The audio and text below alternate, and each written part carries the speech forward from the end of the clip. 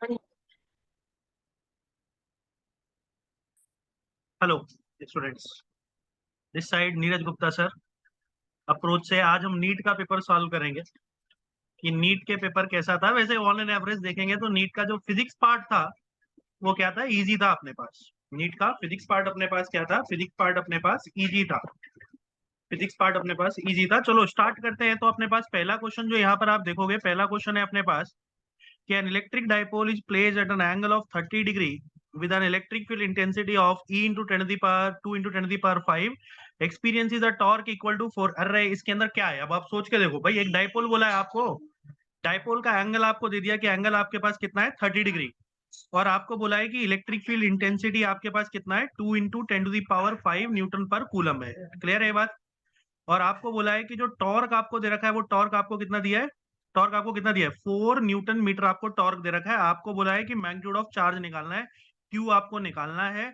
और आपको length of the dipole बता रखी है, मतलब कि डाइपोल में जो हम 2A यूज करते हैं वो कितना है अपने पास, 2 सेंटीमीटर है, ये अपने को दे रखा है। अब अपने को एक रिलेशन पता ही है कि भाई जो टॉर्क होता है वो किसके बराबर होता है, पी साइन थीटा के बराबर होता है।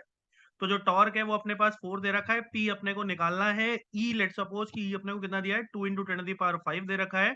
और साइन 30 का मतलब कितना होता है, 1/2। तो हो जाएगा P into 2 into 10 to the power 5 into 1/2 is equal to 4। और P को हम लोग क्या लिख देंगे, P को हम लिखेंगे चार्ज इंटू सेपरेशन। तो सेपरेशन अपने को कितना दिया है, 2 सेंटीमीटर। 2 सेंटीमीटर का मतलब 2 into 10 to the power -2 into 2 into 10 to the power 5 into 1/2। तो 2 से 2 ये कैंसिल आउट हो गया, ये 2 से ये कैंसिल आउट हो गया, तो ये 4 हो गया, ये हो गया मेरे पास +3 हो गया। ये डिवाइड में आएगा, ऊपर जाएगा तो 2 इंटू 10 to the power -3 मेरे पास क्या निकल के आ गया बेटा, चार्ज। तो चार्ज की वैल्यू कितनी आ गई, 2 इंटू 10 to the power -3 मेरे पास आंसर आ गया। मतलब मेरे पास क्या आ गया, 2 मिली कूलम आ गया ये मेरे पास। क्लियर है बात। तो मेरे पास कौन सा आंसर हो गया, मेरे पास सेकंड ऑप्शन हो गया। ठीक है, चलो अब बढ़ते हैं अपने सेकंड क्वेश्चन की तरफ। देखो सेकंड क्वेश्चन क्या दिया है, सेकंड क्वेश्चन भी बड़ा इजी है। A bullet is fired from a gun at a speed of 280 metre पर second in the direction 30 degree above the horizontal। अब मान लो कि ये आपके पास ऐसा हॉरिजॉन्टल है, यहां से एक बुलेट को फायर किया गया 280 मीटर पर सेकेंड की स्पीड से, 30 डिग्री एंगल से फायर किया गया। तो ये प्रोजेक्टाइल की तरह जाएगा, ये प्रोजेक्टाइल का क्वेश्चन है अपने पास। तो इस तरीके से जाएगा। तो वो हमसे पूछ रहा है कि भैया मैक्सिमम हाइट ये कितनी अटेंड करेगा प्रोजेक्टाइल का। एच मैक्स का मुझे फॉर्मूला पता है। एच मैक्स का फॉर्मूला क्या होता है मेरे पास, ये फॉर्मूला क्या होता है मैक्सिमम हाइट का, you square sine square theta by 2g। यही तो फॉर्मूला होता है, you square sine square theta by 2g। तो यू अपने को कितना दिया है, यू अपने को दिया है इनिशियल स्पीड 280। सो 280 into 280 into sine square theta, theta कितना दिया है 30, तो साइन 30 कितना हो गया 1/2, उसका स्क्वायर है तो 1/4 हो गया, होल डिवाइड बाई 2 इंटू जी हो गया 10। तो 10 से 10 कैंसिल आउट हो गया। 2 से ये जाएगा तो कितना हो गया, ये हो गया 140। फिर ये 2 से जाएगा तो ये कितना हो गया, ये हो गया 70। फिर ये 2 से जाएगा तो ये कितना हो गया मेरे पास, बेसिकली 14। क्लियर है ये बात।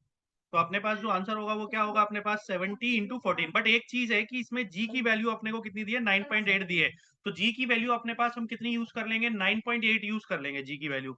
ठीक है ना, 10 ना यूज करके हम कितनी वैल्यू यूज करेंगे, हम यूज करेंगे 9.8। जी की वैल्यू 9.8 यूज करेंगे। कैलकुलेशन एक बार दोबारा करते हैं, कैलकुलेशन हम एक बार दोबारा करते हैं, क्योंकि 9.8 दिया है, 10 नहीं दिया है, 9.8 दिया है। जब क्वेश्चन में 9.8 दिया है तो 9.8 ही यूज करेंगे। तो कितना होगा, यू होगा मेरे पास 280 into 280 into 1/4 divided by 2 into 9.8। ठीक है ये बात। तो इसको सॉल्व करेंगे तो ये 2 से जाएगा तो ये कितना हो गया, ये मेरे पास 140 आ गया। फिर से 2 से जाएगा तो कितना हो गया मेरे पास, 70 हो गया, ये 2 बच गया। फिर से ये जाएगा तो ये मेरे पास कितना हो गया, 140 हो गया। तो 140 इंटू 70 होल डिवाइड बाई 9.8। अब 140 इंटू 70 कितना है, मैं कैलकुलेटर से मैं फटाफट कर लेता हूँ। 140 इंटू 70 इज बेसिकली 9800। अब ये 9800 है, ये 9.8 है, पॉइंट हटाऊंगा तो ऊपर जाएगा, 98 से 1 गया तो ये मेरे पास कितना आ गया बेटा, 1000 मीटर आ गया। तो आंसर अपने पास क्या आ गया, आंसर अपने पास आ गया 1000 मीटर। अपने पास एच मैक्स अपने पास आ गया, अपने पास आ गया 1000 मीटर। तो आंसर अपने पास हो गया फर्स्ट आंसर 1000 मीटर। क्लियर है ये बात। थर्ड अपने पास क्वेश्चन आगे बढ़ते हैं, नेक्स्ट क्वेश्चन की तरफ बढ़ते हैं। तो थर्ड क्वेश्चन अपने को क्या बोला गया कि the amount of energy required to form a soap bubble. जब भी एनर्जी की बात आए मतलब वर्क डन पूछ रहा है। वर्क डन का फॉर्मूला अगर आपको याद हो तो वर्क डन का फॉर्मूला अपने पास क्या होता है, surface tension into change in area. याद हो तो ऐसा पढ़ाया गया है भाई, surface tension into change in area मेरे पास फार्मूला होता है। अब सरफेस टेंशन उसने ऑलरेडी दिया हुआ है 0.03।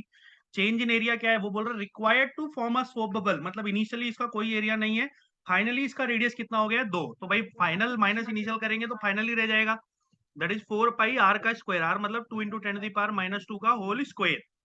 अब ये है बेटा सोप बबल है, ये सोप बबल, अगर आपको याद हो तो सोप बबल में दो फ्री सरफेस हैं, तो दो फ्री सरफेस है, तो हम इस रिजल्ट को किससे मल्टीप्लाई करेंगे, 2 से मल्टीप्लाई करेंगे, तो ये मेरे पाएगा 0.03 into 4 pi into 4 into 10⁻⁻4 into 2। इसको सॉल्व करेंगे तो कितना आएगा, मैं फटाफट मैं अपने मोबाइल से कर लेता हूँ इसको सॉल्व, कैलकुलेटर का यूज कर रहा हूँ मैं, ताकि ये पेपर हम जल्दी से जल्दी सॉल्व कर सके, वीडियो ज्यादा लंबी नहीं बने। इंटू 4 इंटू 3.14 इंटू 4 इंटू 2, तो ये बेटा मेरे पास आ गया 3.01 इंटू 10⁻⁻4, ये मेरे पास आंसर आ गया। तो कौन सा ऑप्शन हो गया बेटा मेरे पास, फर्स्ट ऑप्शन मेरे पास निकल के आ गया। चलो क्लियर है ये बात। अब बढ़ते हैं फोर्थ क्वेश्चन की तरफ। फोर्थ क्वेश्चन देखो बहुत ही इजी, न्यूक्लियाई से लिया गया। फोर्थ क्वेश्चन किससे लिया गया है, न्यूक्लियाई से। न्यूक्लियाई से क्या क्वेश्चन लिया गया कि the half life of radio active substance is 20 minutes, T half दे दिया मुझे, कितना दे दिया मुझे 20 मिनट दे दिया। बोला in how much time the activity of the substance drop to 1/16 of the initial value. अब फार्मूला होता है n by N not is equal to 1/2 to the power n, formula होता है अपने पास। तो n की वैल्यू कितनी दी है कि वो 1/16 ऑफ द इनिशियल है, n जो है 1/16 ऑफ द n नॉट है।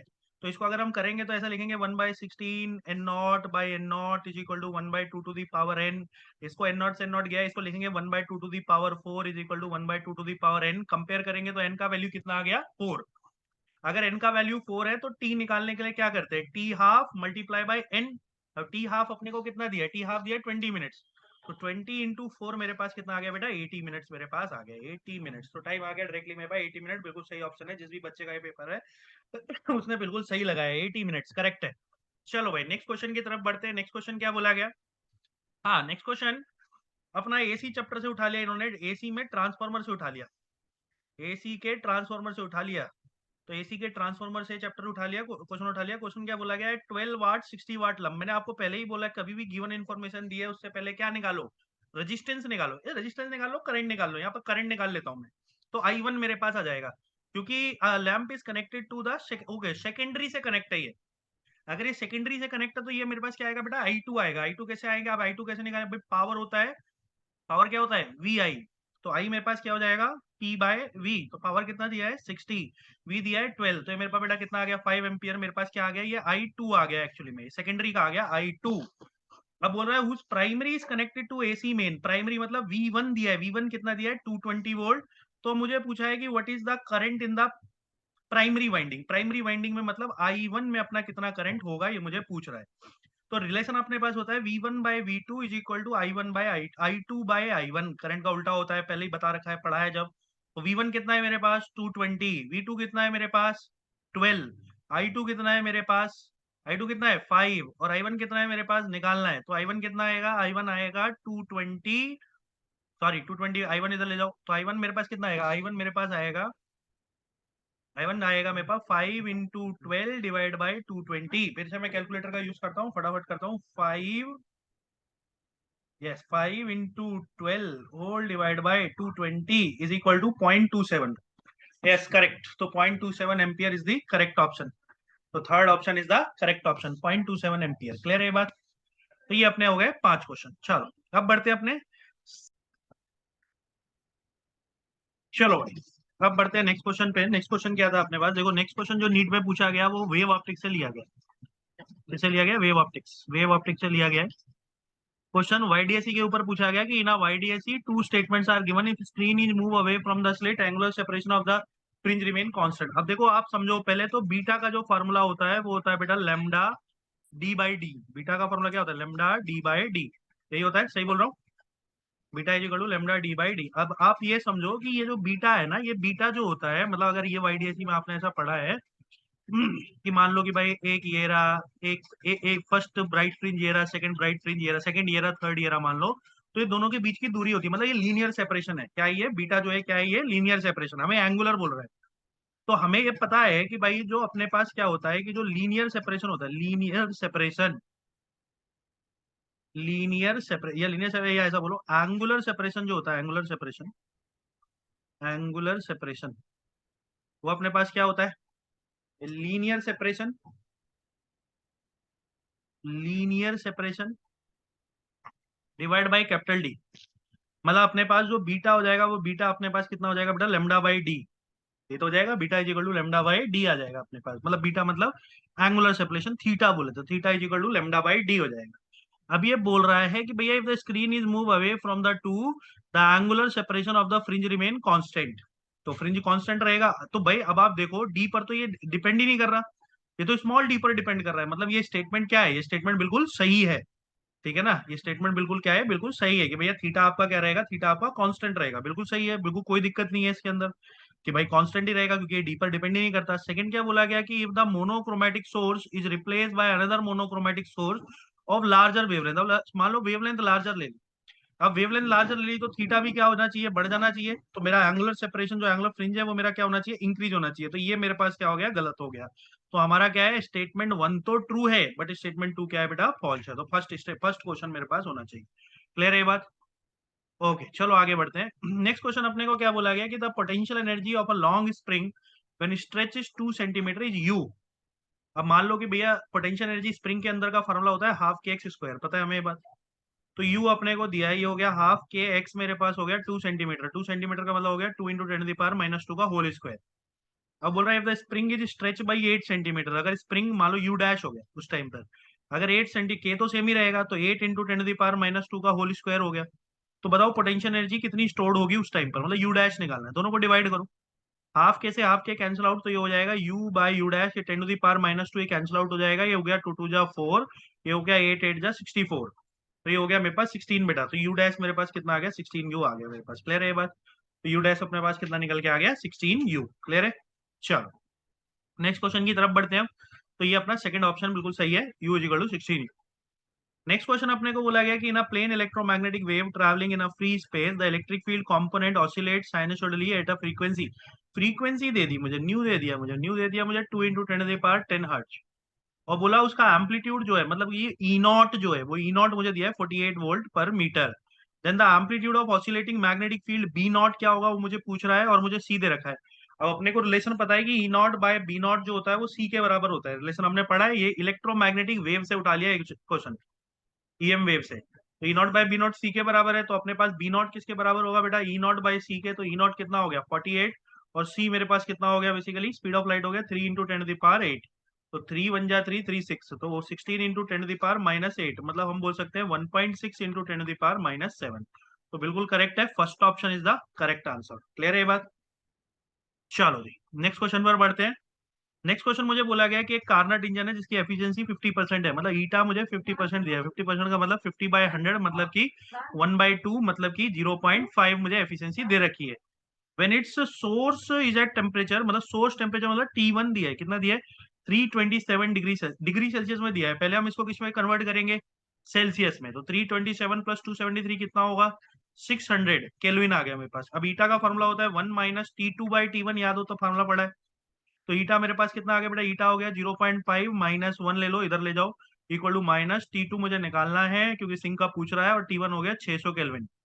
तो भाई ये मेरे पास हो गया -0.5 इक्वल टू -T2/600। तो कायदे से T2 को अगर हम मल्टीप्लाई करेंगे तो T2 हो जाएगा मेरे पास 0.5 × 600, that is how much, 300 kelvin. और अगर डिग्री सेल्सियस में करेंगे तो कितना बोलेंगे, 27 डिग्री सेल्सियस। तो करेक्ट है, third option is the correct answer, third is the correct one. Clear है ये बात? चलो नेक्स्ट क्वेश्चन की तरफ बढ़ते हैं। नेक्स्ट क्वेश्चन क्या बोला गया कि magnitude and direction of current we need to find magnitude of direction of current in the following circuit. अभी सर्किट में एक बैटरी ऐसी लगी है, एक बैटरी ऐसी लगी है, तो इसका नेट वोल्टेज क्या होगा, सब्ट्रैक्ट होगा, और ज्यादा कौन डोमिनेट करेगा, ज्यादा वाला। तो 10 में से 5 गया तो नेट वी नेट मेरे पास कितना आ गया बेटा, वी नेट मेरे पास हो गया 5 वोल्ट। अरे जब भी अब पॉजिटिव और पॉजिटिव आपस में कनेक्ट होते हैं तो वी नेट निकालते हैं, तो 5 वोल्ट हो जाएगा, सब्ट्रैक्ट करेंगे। अगर ये सेम होता तो ऐड कर देते। अब ये मुझे दिया है 2 ओम + 1 ओम + 7 ओम, तो total resistance of the circuit कितना हो गया, आर नेट कितना हो गया मेरे पास, 7 सारे सीरीज में, तो 7 8 9 1 10 10 ओम हो गया। अब मेरे पास आई का फॉर्मूला होता है I is equal to V net V/R, तो V net by R net. तो वी नेट मेरे पास कितना है 5/10, मतलब कि 0.5।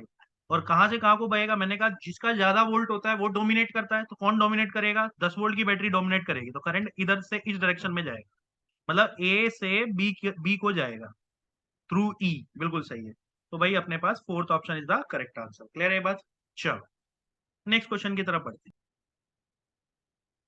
चलो नया क्वेश्चन, नेक्स्ट क्वेश्चन क्या बोलेंगे कि एक मेटल वायर है जिसका मास दे रखा है एम, मुझे दिया है 0.4 plus minus 0.002।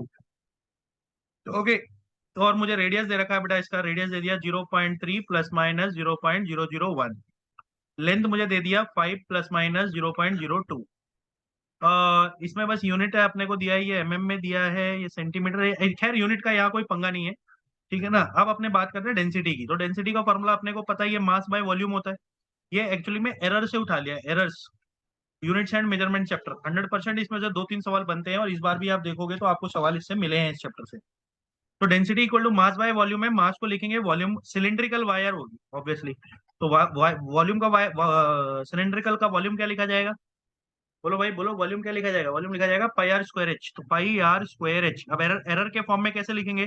Delta rho by rho is equal to delta M by M plus, भाई पाई तो कांस्टेंट है, हटा दो उसको, आर को लिखेंगे, पावर आगे आएगी 2 delta R by R plus delta H by H. ये आपने लिखना सीखा होगा। तो डेल्टा एम कितना हो गया मेरे पास? 0.002 बाई मास हो गया 0.4 प्लस 2 डेल्टा आर मेरे पास हो गया 0.001 whole divide by 0.3 plus delta H. Delta H मतलब डेल्टा एल, एल कितना दिया है मुझे? 0.02 होल डिवाइड बाय 5। ये मेरे पास हो गया। अब जरा इसको सॉल्व करते हैं। तो ये पॉइंट हटाऊंगा तो बेटा 10 ऊपर लाएगा मेरे पास, इसको मैं हटाऊंगा तो 10 टू दी पावर 3 इधर लगेगा, तो ये 10 टू दी पावर 2 हो गया मेरे पास। इसको मैं हटाऊंगा तो 10 टू दी पावर 3 हो गया इधर, और इसको मैं हटाऊंगा तो ये 10 टू दी पावर 1 मेरे पास इधर हो गया।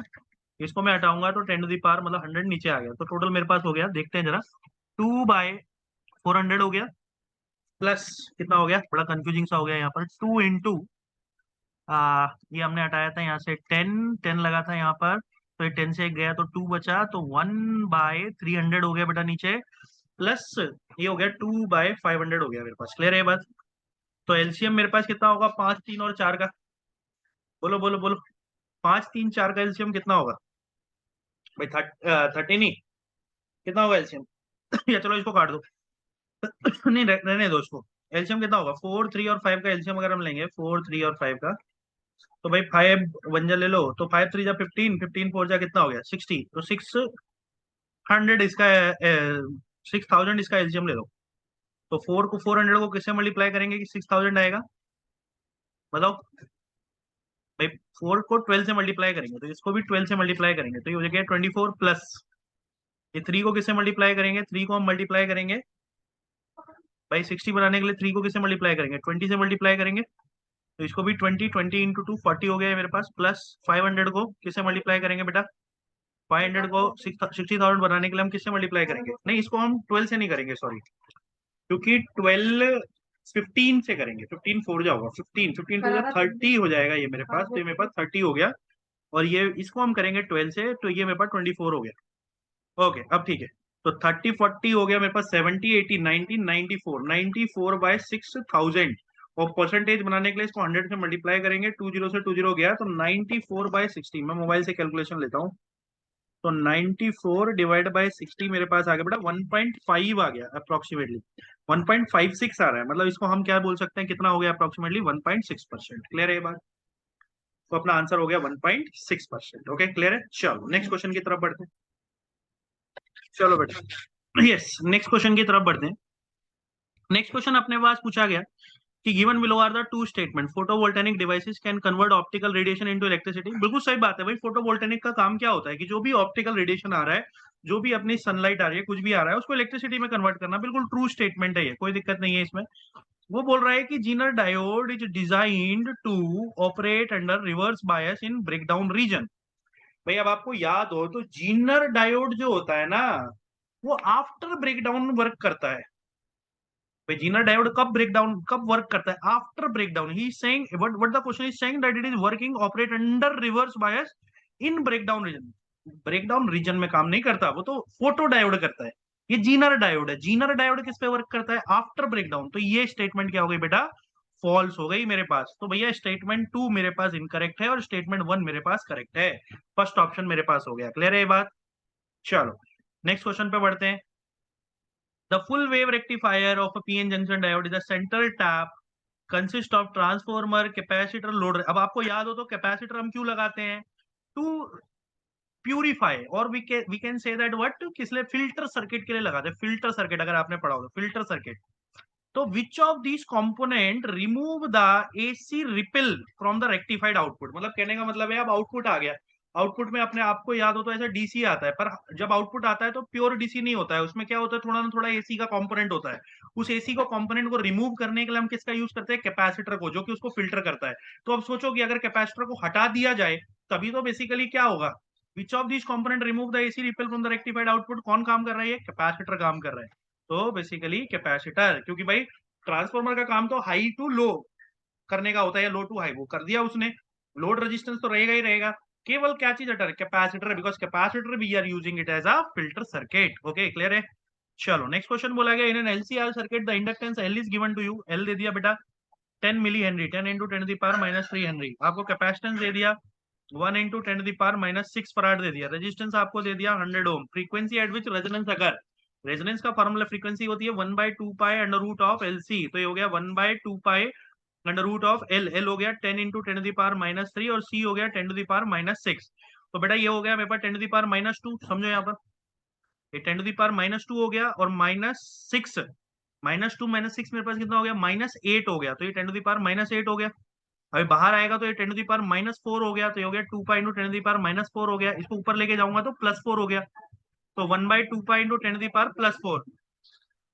क्लियर है ये बात। अब 1/2 पाई को अगर मैं करूंगा तो मैं पहले एक बार कैलकुलेटर से करता हूँ कि 1 डिवाइड बाई 2, यस, तो डिवाइड बाई पाई, पाई मतलब 3.14, that is equal to 0.15, 0.15 into 10 to the power 4। अब आप अगर सोचो कि इसको किलो हर्ट्ज में कन्वर्ट करना है तो 1.5 लिखना पड़ेगा, तो कौन सा ऑप्शन हो जाएगा, सेकंड ऑप्शन हो जाएगा, तो 1.59 into 10 to the power 3 hertz, मतलब कि किलो हर्ट्ज में फिर हम कन्वर्ट कर देंगे। क्लियर है ये बात।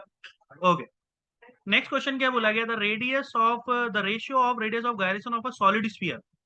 अब सॉलिड स्फीयर का मोमेंट ऑफ इनर्शिया अपने को पता है 2/5 mr² होता है, तो इसका रेडियस ऑफ गायरेशन आई, भाई रेडियस ऑफ गायरेशन का फॉर्मूला क्या होता है, भाई आई जो होता है वो एम के स्क्वायर के बराबर होता है, तो आई मेरे पास सॉलिड स्क्वायर का है 2/5 mr² इज इक्वल टू में एम के स्क्वायर, तो एम से एम कैंसिल आउट हो गया, तो के मेरे पास कितना निकल के आया, under root of 2/5 into R. Clear है बात। ये मेरे पास के हो गया मेरे पास किसका, स्फीयर का, ये मेरे पास हो गया स्फीयर का। फिर वो किससे हमसे पूछ रहा है, of mass m and radius r about its own axis to the radius of gyration of the thin hollow sphere। अब देखो ये सॉलिड, ये था सॉलिड, अब ये हमें बोल रहा है हॉलो, तो हॉलो के लिए भैया कितना लिखेंगे, हॉलो के लिए होता है मोमेंट ऑफ इनर्शिया 2/3 mr², उसको हम बराबर रखेंगे एम के स्क्वायर के, क्योंकि आई अपने पास एम के स्क्वायर है, तो आई हो गया 2/3 इज इक्वल टू एम के स्क्वायर। तो यहाँ से मेरे पास रेडियस ऑफ गायरेशन आ गया, ये हॉलो का हो गया, ये सॉलिड का हो गया, के एस दिखा रहा हूँ, ये मेरे पास हो जाएगा under root of 2/3 into R, radius भी सेम है, मास भी सेम है, सब कुछ सेम है, रेशियो निकालना है, तो के एस बाई के एच मेरे पास कितना हो जाएगा बेटा, under root 2/5 whole divide by under root 2/3, R R, तो आर से आर कैंसिल आउट हो गया, ये ऊपर वाला 2 से 2 कैंसिल आउट हो गया, ये मेरे पास ऊपर जाएगा तो ये मेरे पास कितना हो गया बेटा, अंडर रूट ऑफ मेरे पास कितना आ गया 3/5, सही तो बोल रहा हूँ बेसिकली, मेरे पास कितना हो जाएगा, मेरे पास 3/5 हो जाएगा ना, ये ऊपर जाएगा और ये नीचे जाएगा, 3/5 हो जाएगा। So the ratio of radius of gyration of a solid sphere of mass m about its own axis, radius of gyration of a thin hollow sphere of same mass and radius r about its own axis। पर कायदे से ये इसमें root भी आ रहा है अपने पास, ये रूट को इन्होंने इग्नोर किया है, पर रूट आ रहा है अपने पास, क्योंकि इसने हमसे सॉलिड बाई हॉलो पूछा है, तो ये अंडर रूट 3/5 आ रहा है। चलो अभी के लिए बोल लेते हैं थर्ड ऑप्शन अपने पास करेक्ट है, बट आ रहा है 3/5 अंडर रूट में आ रहा है ये, क्योंकि रेशो निकाले हैं, रेशो में वो चीज कैंसिल नहीं होगी। ठीक है बात। चलो, तो ये अपने पास अंडर रूट 3/5 आ रहा है, बट इसमें ऑप्शन में 3/5 दिया है, तो 3/5 हम लिख देंगे। क्लियर है। बाकी मेरे ख्याल से हम कुछ गलती नहीं कर रहे हैं, 2/5 mr² एम के स्क्वायर, के हो जाएगा अपने पास 2/5 रूट में आर, ये 2/3, हाँ सही करा है हमने, ये अपने पास आ रहा है फाइनल आंसर। क्लियर है बात। चलो आगे बढ़ते हैं, क्वेश्चन पे आते हैं। नेक्स्ट क्वेश्चन क्या बोला गया, an AC source is connected to a capacitor C due to decrease in its operating frequency. अब यार बड़ा सिंपल सवाल है भाई, एक्सी का फॉर्मूला होता है 1/ω/c, और 1/ω को लिखते हैं 2 पाई न्यू इंटू सी। तो अब आप सोचो अगर कि ऑपरेटिंग फ्रीक्वेंसी को डिक्रीज कर दिया जाए, अगर फ्रीक्वेंसी डिक्रीज करेंगे तो मेरा कैपेसिटिव रिएक्टेंस क्या होगा, अगर इसको डिक्रीज कर रहे हैं, मानो डिक्रीज कर रहे हैं, तो एक्सी क्या होना चाहिए, इंक्रीज होना चाहिए क्योंकि इनवर्सली प्रोपोर्शनल है भाई। एक्सी इनवर्सली प्रोपोर्शनल है न्यू के, तो एक्सी अगर इनवर्सली प्रोपोर्शनल है न्यू के, तो अगर हम फ्रीक्वेंसी को डिक्रीज कर रहे हैं तो कैपेसिटिव रिएक्टेंस क्या होना चाहिए बेटा, बढ़ना चाहिए। तो भाई ये कैपेसिटिव रिएक्टेंस डिक्रीज, ये तो गलत हो गया, क्योंकि कैपेसिटिव रिएक्टेंस इंक्रीज होना चाहिए। कैपेसिटिव रिएक्टेंस कांस्टेंट होगा, ये भी गलत हो गया। बात करते हैं डिस्प्लेसमेंट करंट की। भाई डिस्प्लेसमेंट करंट पर क्या फर्क पड़ेगा, अब आपको याद हो तो डिस्प्लेसमेंट करंट वो होता है जब बेसिकली क्या होता है आपका, चेंज इन इलेक्ट्रिक फील्ड होता है। चेंज इन इलेक्ट्रिक फील्ड जब आपके पास होगा तो अब सोचो कि अगर ऑपरेटिंग फ्रीक्वेंसी डिक्रीज कर दी, तो कहने का मतलब है जो इलेक्ट्रिक फील्ड है उसकी इंक्रीज होने की भी वो क्या कर दिया, डिक्रीज कर दिया। तो ऑब्वियसली जो मेरा डिस्प्लेसमेंट करंट है वो भी मेरा क्या हो जाएगा बेटा, डिक्रीज होगा। तो इसका आंसर क्या होगा, फर्स्ट आंसर होगा। क्लियर है ये बात? तो 17 का फर्स्ट ऑप्शन मेरे पास होगा। चलो 18 पे बढ़ते हैं। The magnetic energy stored in an inductor of inductance 4 micro Henry carrying a current 2 ampere is. अब ये समझो कि भाई मेरे पास मैग्नेटिक एनर्जी, कितनी एनर्जी स्टोर होती है, बताओ बताओ बताओ। भाई अगर मैं बात करूं magnetic energy stored in an inductor की, तो इंडक्टर में कितनी एनर्जी स्टोर्ड होती है, half half B square by mu not. पर ये मुझे एल की टर्म में पूछ रहा था, ये नहीं, sorry, U is equal to half L I square, ये होता है ना फॉर्मूला अपने पास। तो हाफ एल कितना दिया है अपने को, 4, माइक्रो में रहने दो, 10⁻⁻6। आई कितना दिया है, 4, मतलब 2, 2 का स्क्वायर 4, 4 4 जा 16, 16 बाई 2 8, तो 8 micro joule correct answer. Clear है बात? चलो नेक्स्ट क्वेश्चन क्या बोला गया था, temperature of the gas is -50 degree Celsius. तो किसी टेम्परेचर गैस का दे रखा -50 डिग्री सेल्सियस, तो केल्विन में कितना होगा, 273 -50 कितना होगा बेटा, 273 -50 223, 223 हो जाएगा। तो 223 केल्विन है अभी। To what temperature of the gas should be heated so that its RMS speed is increase by 3 times. तो अभी मान लो कि उसकी वी आरएमएस जो है वो कुछ वी है। अब क्या टेम्परेचर लिखा जाए, T1 मान लो, T2 क्या रखा जाए कि जो उसकी वी आरएमएस है वो 3 टाइम्स हो जाए वी के। अब मुझे पता है कि वी आरएमएस का फॉर्मूला होता है √3 RT/m। तो कायदे से जो वी आरएमएस है, तो V RMS 1/V RMS 2 is equal to √T1/T2। तो √T1 कितना हो गया बेटा मेरे पास, T1 मेरे पास हो गया 223। तो 223 डिवाइड बाई T2 मेरे पास कितना हो गया, T2 मेरे पास हो गया, T2 निकालना है, वी आरएमएस 1 V है, वी आरएमएस 2 3V है, वी से वी गया, तो दोनों साइड स्क्वायर करोगे तो ये मेरे पास हो गया 1/9 इज इक्वल टू 223/T2। तो T2 मेरे पास कितना आ गया बेटा, T2 आ जाएगा 223 × 9। और 223 × 9 करूंगा तो मैं यूज करता हूँ कैलकुलेटर। तो 223 × 9, तो 2007 ये केल्विन में है बेटा। इसको सेल्सियस में चेंज करने के लिए क्या करेंगे, -273 करेंगे। तो माइनस करो जरा, 273 माइनस करेंगे कितना आएगा, 1734। ओ 1734 केल्विन में तो ये आ रहा है भाई, ऐसा तो कोई ऑप्शन ही नहीं दिया। अब क्या करें, दोबारा चेक करते हैं, कोई बात नहीं। The temperature of the gas is -50 degree Celsius, -50 है बाई 223 है, तो 273 -50 कितना हो गया, सही करा है मैंने, 273 -50, हाँ 223 है, बिल्कुल करेक्ट है। वी आर एम एस अभी वी है। To what temperature should the gas be heated so that its RMS speed is increased by 3 times। Okay okay okay, increase by 3 times, increase by 3 times, हाँ ठीक है, 3 times increase हो जाए, मतलब अभी V है तो 3 टाइम और इंक्रीज हो जाए। मतलब कि ये अपने पास, मैं जो समझ रहा हूँ क्या वो है क्या ये, एक बार चेक करते हैं। यस करेक्ट, तो मतलब कि मुझे लग रहा है कि ये बोल रहा है कि 3 टाइम्स इंक्रीज हो जाए, मतलब अभी वी है तो अब 3 टाइम इंक्रीज हो जाए, तो मतलब अब कितनी हो जाए, 4V हो जाए। तो अगर ये 4V हो जाए तो ये मेरे पास, ये कंफ्यूजिंग था यहाँ पर, ये वर्ड जो था ये यहाँ पर कंफ्यूजिंग था। बच्चे गलत करके आए होंगे, आंसर नहीं मिल रहा होगा, पर कायदे से ऑप्शन नहीं दिया है वैसा, तो हमें थोड़ा समझना चाहिए कि भाई हाँ, कॉमन सेंस थोड़ा लगाना चाहिए। तो 1/4 होगा, ये 1/16 है अपने पास, 1/16 इंटू 223 करेंगे तो कितना आएगा, मैं करता हूँ, 16 इंटू 223 दैट इज 3568 आ जाएगा, दैट इज 3568। और 3568 में से अगर मैं 273 माइनस करूंगा तो कितना आएगा, तो बेटा ये आएगा 3295। तो ये आ गया 3295 डिग्री सेल्सियस में, ये आ गया। फोर्थ ऑप्शन करेक्ट है। थोड़ा सा कॉमन सेंस लगाना था क्योंकि इसमें स्टेटमेंट पे खेला गया था इस सवाल। बाकी है तो अपने को रिलेशन पता ही है, बट स्टेटमेंट पे खेला उसने, increase by 3 times, RMS speed is increase by 3 times. चलो ठीक है, नेक्स्ट क्वेश्चन में बढ़ते हैं। नेक्स्ट क्वेश्चन अपने पास क्या है, in hydrogen spectrum the shortest wavelength in the Balmer series is lambda.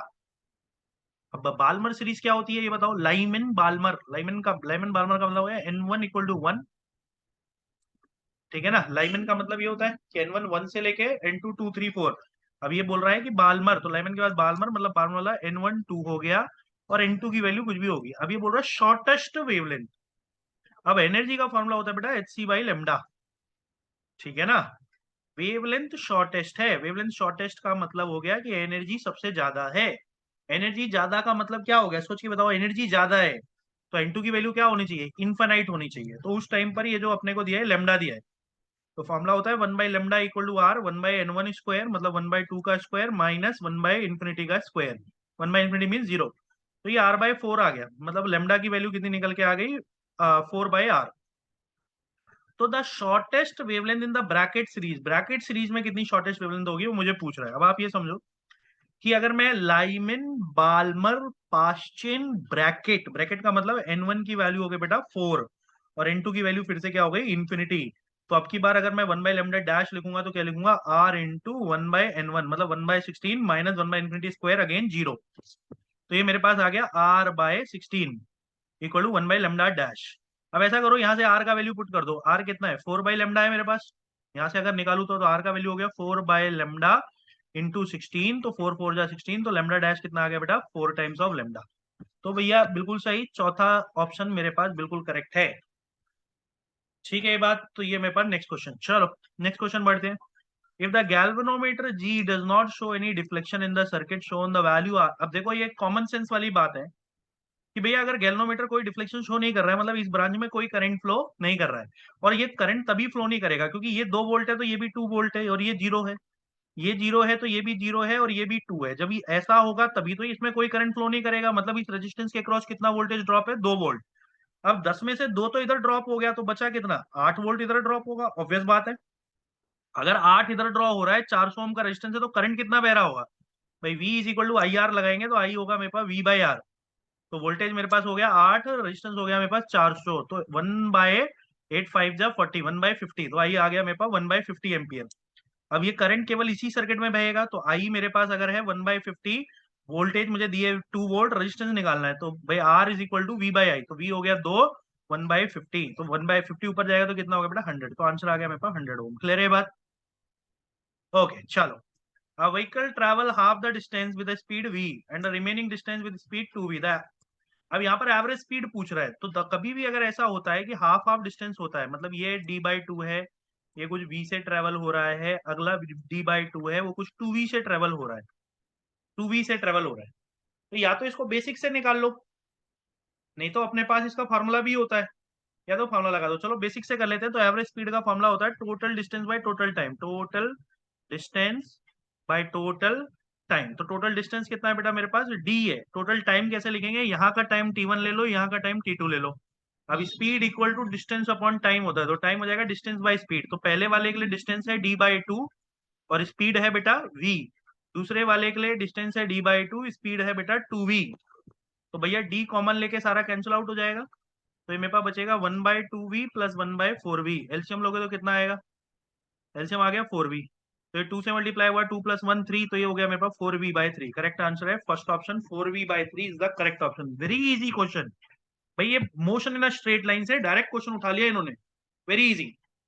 Next question क्या बोला गया कि resistance of a carbon resistor determined from a two two, अब देखो कलर कोडिंग से ले लिया, करंट इलेक्ट्रिसिटी से। मामला क्या होता है अपने पास, बी रोए ग्रेट ब्रिटेन 0 1 2 3 4, ये इतना ही काम में हो जाएगा। अपने पास 2 है, 2 का मतलब हो गया बेटा रेड। तो the colour of the third band आस पूछ रहा है भाई, थर्ड बैंड। थर्ड बैंड अब आप समझो कि इसके अंदर इसको हम भाई, इसको हम कैसे लिखेंगे, 22 इंटू 10⁻³ प्लस माइनस 5% लिखेंगे। तो ये थर्ड है, 3 है अपने पास, ठीक है ना, ये अपने पास 3 है। तो भाई अपने पास अगर 3 है, मतलब 10⁻³ है, तो मैंने आपको भाई ये 2, भाई ये पावर लिखते हैं ना, 10⁻0 10⁻1 10⁻2 10⁻3, तो अब 3 किसका पावर है, ऑरेंज का। तो थर्ड बैंड का कलर क्या होना चाहिए, ऑरेंज। तो 26 का फर्स्ट ऑप्शन होगा मेरे पास ऑरेंज। क्लियर है ये बात। चलो नेक्स्ट क्वेश्चन पे बढ़ते हैं। The minimum wavelength of the x-ray produce by electron accelerated through a potential difference of v volt is proportional to. अब एक्सरे की बात चल रही है, तो एक्सरे का जो फॉर्मूला अपने पास होता है वो भाई अपने पास वो बोल रहा है कि minimum wavelength of the x-ray produce is accelerated through a potential difference of v voltage proportional to. तो इसके लिए लेमडा का फॉर्मूला हो जाएगा मेरे पास h by under root of 2m होता है। तो यस, लेमडा इनवर्सली प्रोपोर्शनल हो जाएगा रूट v के। करेक्ट है, कोई दिक्कत नहीं है इसके अंदर, ये फॉर्मूला होता है ना अपने पास। करेक्ट है। नेक्स्ट क्वेश्चन बोला गया venturi meter works on the principle of, ये तो बहुत ही बच्चों वाला सवाल है, बर्नौलीज थ्योरम। भाई फ्लूइड मैकेनिक्स से उठा लिया डायरेक्ट, कुछ नहीं है इसके अंदर। वेंचुरी मीटर बर्नौलीज थ्योरम पे काम करता है।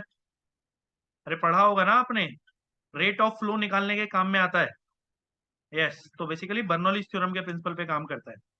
नेक्स्ट क्वेश्चन बोला गया कि work function of caesium, potassium और ये तो भाई ये तो बहुत बार मैं क्वेश्चन करा चुका हूँ। सीजियम का 2.14 दिया है, पोटेशियम का 2.30 दिया है, और बेसिकली आपको सोडियम का आपको दिया है 2.75 ईवी दिया है। अब हमें बोला है if the incident radiation has an incident energy of, अब इंसिडेंट की एनर्जी दे रखी है 220 ईवी, तो which of this photosensitive surface में एमिट फोटो इलेक्ट्रॉन, कौन एमिट करेगा? भाई वही एमिट करेगा जिसकी वर्क फंक्शन इससे लेस होगा। तो कौन करेगा? अब आप सोच के देखो, अगर 220 ईवी आ रहा है उसमें इंसिडेंट हो रहा है, तो सी एस का 2.14 है, ये एमिट आउट करा देगा, बट के एन ए नहीं कराएगा। तो कौन सा कराएगा बेटा? C S only. बोलो क्लियर है ये बात? Very easy, basic question, very basic question. Next question is what the equivalent capacitance, ये तो और ही सिंपल सवाल है, बिटवीन ए बी पूछ रहा है। तो ये दोनों क्या हो गए बेटा? पैरेलल। तो 3 और 3 6 हो गए। अब 6 और 3 किसमें है? सीरीज में। तो 1/6 plus 1/3 equal to 1/c equivalent. तो सी इक्विवेलेंट कितना आएगा मेरे पास? एलसीएम हो गया 6, 1 प्लस 2, तो ये हो जाएगा बेटा 6/3, मतलब कि 2 माइक्रोफेराड। करेक्ट है बेटा, थर्ड ऑप्शन 2 माइक्रोफेराड करेक्ट है। चलो आगे बढ़ते हैं नेक्स्ट क्वेश्चन पर।